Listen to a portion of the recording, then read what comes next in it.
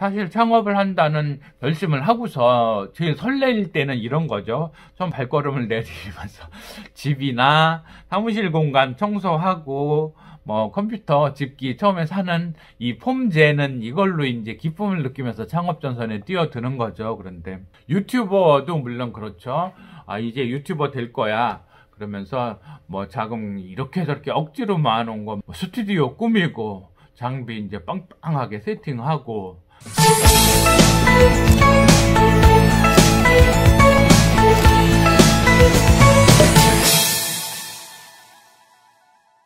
아마존에서는 글로벌 셀링 웹사이트를 오픈을 해서 아마존 셀러가 되기 원하는 사람들을 위한 홈페이지를 운영하는 것 같습니다. 이 부분도 들어가서 한번 천천히 조회를 해 보겠습니다. 흔히들 아마존 하면 미국 아마존만 떠올리는 것 같은데 약간 독립조직으로 아마존 USA 뿐만이 아니라 유럽 거점으로 아마존 UK, 영국 거점에 유럽 판매 채널이 있고요. 아마존 자펜, 일본 쪽을 공략하는 시스템이 또 하나가 있는 것 같습니다. 마지막으로 아마존 호주도 있습니다. 그래서 호주 시장은 그렇게 크지 않을 텐데요. 일본도 인구가 뭐 1억 3천 정도 되죠. 그런데 고물가 사회 일본을 겨냥해서 아마존 자펜도 같이 저랑 두드려 보는 것으로 하셔도 좋겠습니다. 그래서 계속 스터디를 해 나가겠습니다.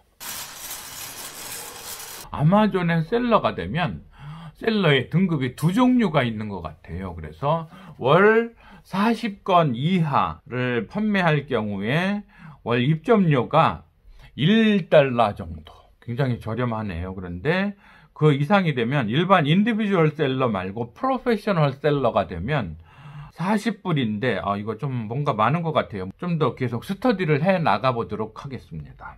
또 하나는 저도 구매를 해보면 물건이 미국의 물류창고 배송지에서 오는 경우가 있고 뭐 중국이나 이런 데에서 해외 물류창고에서 바로 뜨는 경우도 있는 것 같아요. 그래서 셀러들도 물건을 미국의 배송지, 여기서는 FBA라고 Fulfillment by Amazon, 이 얘기는 아마존 물류창고로 제품을 입고해서 배송이 되도록 처리하는 그 방식이 있고, 아니면 셀러 자신이 재고를 유지하면서 주문 들어올 때마다 아마존 오더가 나오면 직접 배송하는 쿠리어 서비스죠. 뭐 페덱스나 DHL 이러한 특성 운송회사를 이용하든 아니면 우체국의 EMS를 이용하든 간에 국제 특송 익스프레스 메일 서비스 EMS를 통해서 하든, 근데 저라면 물건이 미국으로 팔리는 건 미국 개별 구매자한테 여기서 낱개로 발송을 하면 이제 운송기간, 그 다음에 운임 효율이 떨어지니까, 예를 들어서 100불짜리 운송하는데 EMS 우편료가 뭐 40불 이렇게 나오면은 좀 그러니까 미국 내 고객들을 위해서는 미국 배송 창고에다가 입고를 시켜놓는 게 바람직하다는 생각을 합니다. 그런데 기타 국가라면 여기서 직접 배송해 주는 것도 나을 듯 싶은데, 스터디를 해가면서 어느 게 더 경제적일런지는 함께 알아보도록 하겠습니다. 저자는 반복해서 이 책을 처음부터 끝까지 5번 완독하자 이런 얘기를 하는데, 꼭 그래야 될런지는 한번 책을 전체 훑어 나가보면 결론이 나오겠죠. 한번 완독을 하고 나면 더 읽어야 될런지 보시도록 하고요. 현재 비즈니스를 하시는 분들은 출퇴근 자동차 안에서, 특히 서울 거주하시는 분들은 지방에 나왔다가 서울로 복귀하시면 고속도로든 특히 자가용 이용하시는 분들은 서울 진입하는데 적어도 1시간, 2시간 이렇게 걸리시잖아요. 그러면 늘 유튜브에서 이 재생 목록 설정하셔서 블루투스로 들으면서 비즈니스의 새로운 아이템 발굴이라는 차원에서 저랑 같이 계속 구독하시면 좋은 결과가 있을 것으로 생각을 합니다. 당장 이해가 안 되더라도 계속 읽어서 5번 정도를 하면 월 1억 매출 달성 가능하다 하는데, 정말 그런지 보도록 하고요. 그래서 저자가 아마존 창업 30일 계획표 만들기 해서 30일 동안 이러한 타임테이블로서 해 나가자 그러는데 30일 정도씩이나 필요할런지 계속 해보기로 하고요. 일단 아마존 셀러가 된다는 얘기는 자영업 창업을 하는 거죠. 스타트업 기업이 되는 거기 때문에 심리적으로 이제 나는 사업가다 이런 생각을 하면서 저자는 집이나 사무실 공간 정리하기, 컴퓨터 및 각종 집기류 준비하기 이런데 사실 창업을 한다는 결심을 하고서 제일 설레일 때는 이런 거죠. 좀 발걸음을 내디디면서 집이나 사무실 공간 청소하고 뭐 컴퓨터 집기 처음에 사는 이 폼제는 이걸로 이제 기쁨을 느끼면서 창업 전선에 뛰어드는 거죠. 그런데 초기 이제 창업비 많이 들고 예를 들어서 뭐 사무실 보증금 아니면 가게 보증금 이런 거 내고 막 직원 2명, 3명 이렇게 채용하고 하면서 이제 고정비의 기가 꺾여나가기 시작하는데 처음에는 가능한 한 단기 필마로 그렇게 시작해 보시는 것이 유튜버도 물론 그렇죠. 이제 유튜버 될 거야 그러면서 자금 이렇게 저렇게 억지로 모아놓은 거 뭐 1억 2억 가지고서 이제 뭐 스튜디오 꾸미고 장비 이제 빵빵하게 세팅하고 나는 기획만 하고 편집이나 이런 건 뭐 또 직원들 주지 뭐 이러면서 조금 머리를 쓴다 하면 건별로 외주 아웃소싱해서 이제 편집을 맡기고 이렇게 하는데 사실은 원본 동영상이 퀄리티가 떨어지면 편집하는 사람이 애도 많이 먹지만 빼어난 작품이 나오기 어렵습니다. 그래서 처음 유튜버가 되시는 분들은 처음에 꼭 자신이 편집을 해봐야 이런 요소들이 원본 촬영에서 확보가 돼야 되겠구나 하는 개념을 많이 이해하실 거예요. 그래야 전체적으로 콘텐츠의 수준이 올라간다는 차원에서 처음부터 너무 폼재고 아웃소싱 맡기고 이러면서 잔꾀를 좀 부리지 않는 쪽으로 생각은 하셔야 될 것 같아요. 어쨌거나 기본적으로 업무 여건은 준비를 해라 이런 얘기 있고요. 아까 얘기했듯이 셀러는 두 타입이 있는데 뭐 40건 미만의 월 수수료 $1 아니면 40건 이상의 월 수수료 $40 이상이라고 했는데 이거는 더 스터디해 나가면서 정말 그런지 한번 보겠습니다.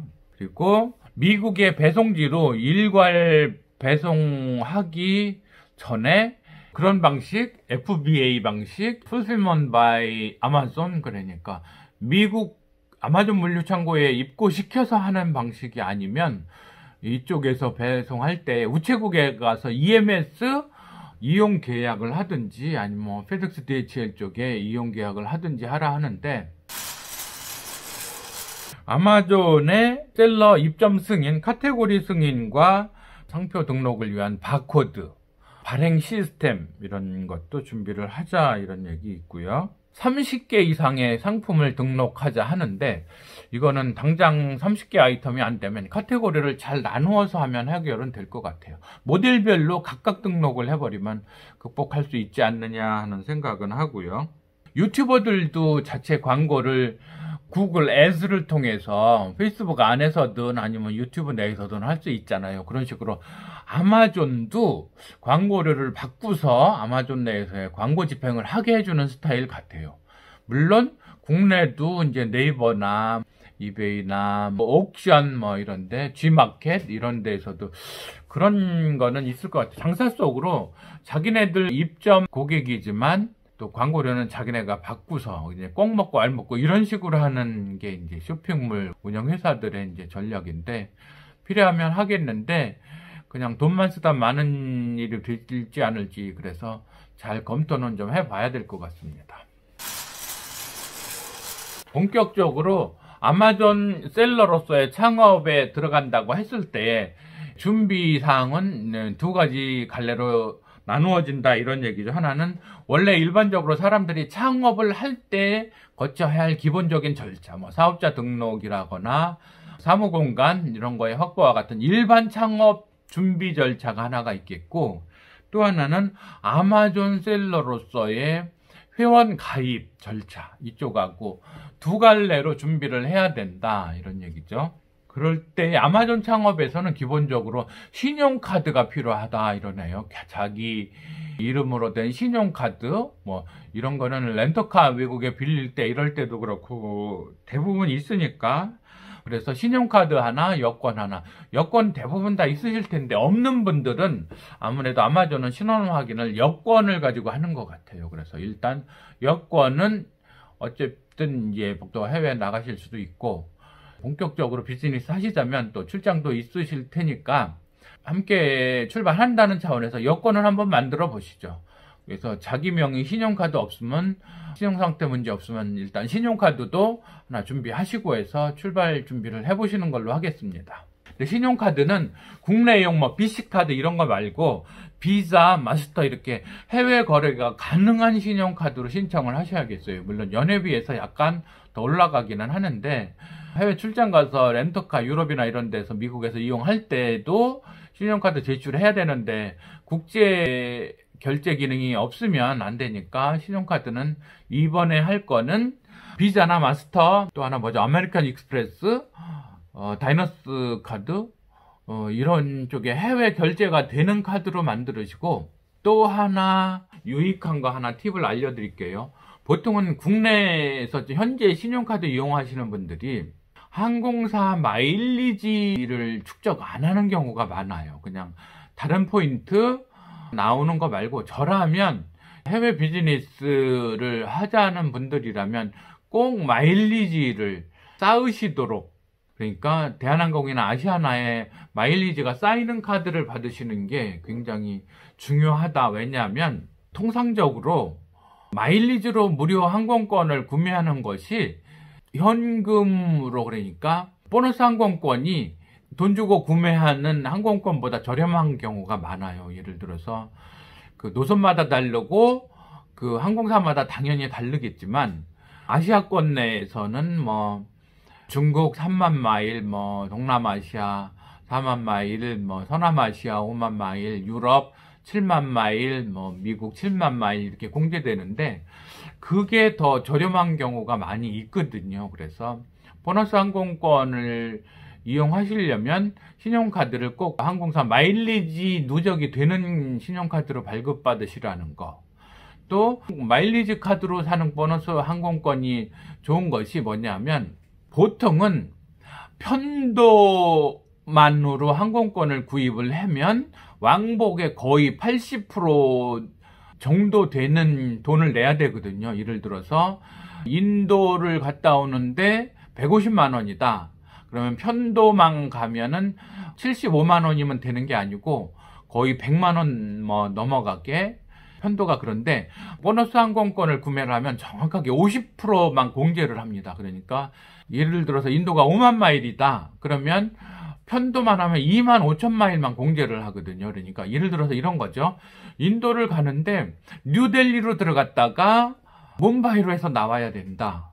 그러면 곤란한 거죠. 왜냐면 뭐 뉴델리는 아시아나만 들어가고 뭄바이는 대한항공만 들어간다. 그런데 두 군데를 다 봐야 된다.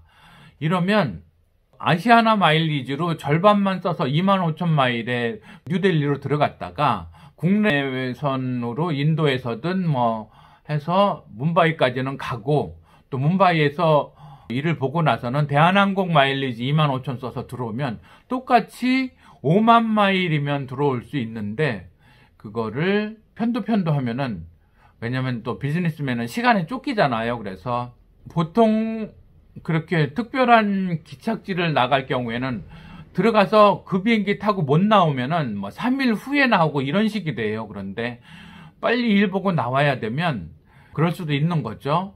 그날 뭄바이로 들어가서 다음날 빨리 뉴델리로 나와야 된다. 이럴 때에도 항공사 보너스 항공권이, 마일리지 항공권이 굉장히 유익하거든요. 그러니까 신용카드를 만드실 때는 꼭 항공사 마일리지가 누적되는 카드를 쓰시고, 국내에서 신용카드를 사용하실 때에는 이런 마일리지 적립 신용카드를 주로 쓰시면 설령 비즈니스 아니라 해도 가족들끼리 여행할 때 한두 사람은 누적 마일리지 가지고서 무료 항공권을 구입할 수 있어서 그런 점에서 꼭 저는 신용카드는 국제 결제 기능이 있는 비자마스터, 그 다음에 항공사 마일리지 누적되는 대한항공이나 아시아나 마일리지 누적되는 그러한 신용카드를 쓰시도록. 근데 일반적으로 카드마다 좀 다르긴 하지만 대략 아시아나 항공 누적은 보통 1,000원당 1마일, 1,000원 쓰는데 1마일씩 누적된다면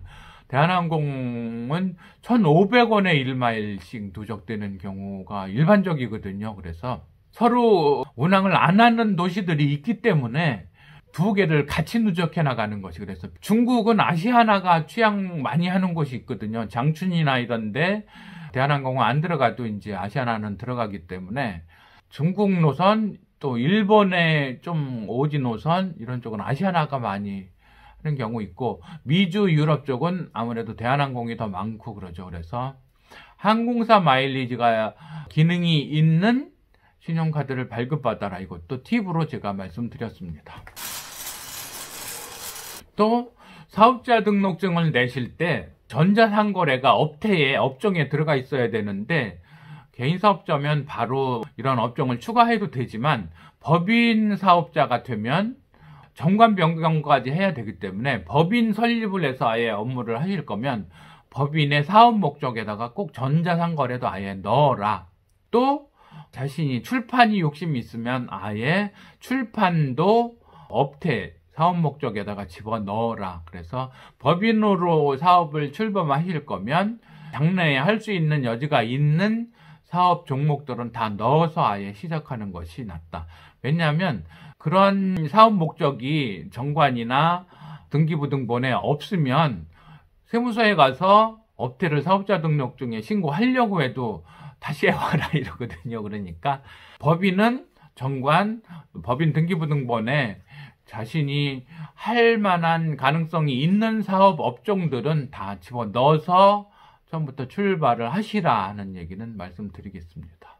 그리고 좀 자신이 사업 목표가 크다 그러면 법인으로 출발을 하는 것이 유리한 면이 꽤 있습니다. 절세 차원에서요. 그래서 창업자금이 여유가 있다 그러면 법인으로 출발을 하셔서 사무실 비용 같은 거나 차량 유지비라거나 때로는 뭐 기숙사 유지비라거나 아니면 사옥 자체도 회사 건물을 지으면서 기숙사 용도로 함께 지어서 그쪽에서 사시면 자신의 법인 소유자의 주거 비용도 절세를 할 수 있다 하는 것도 팁으로 말씀을 드리겠습니다.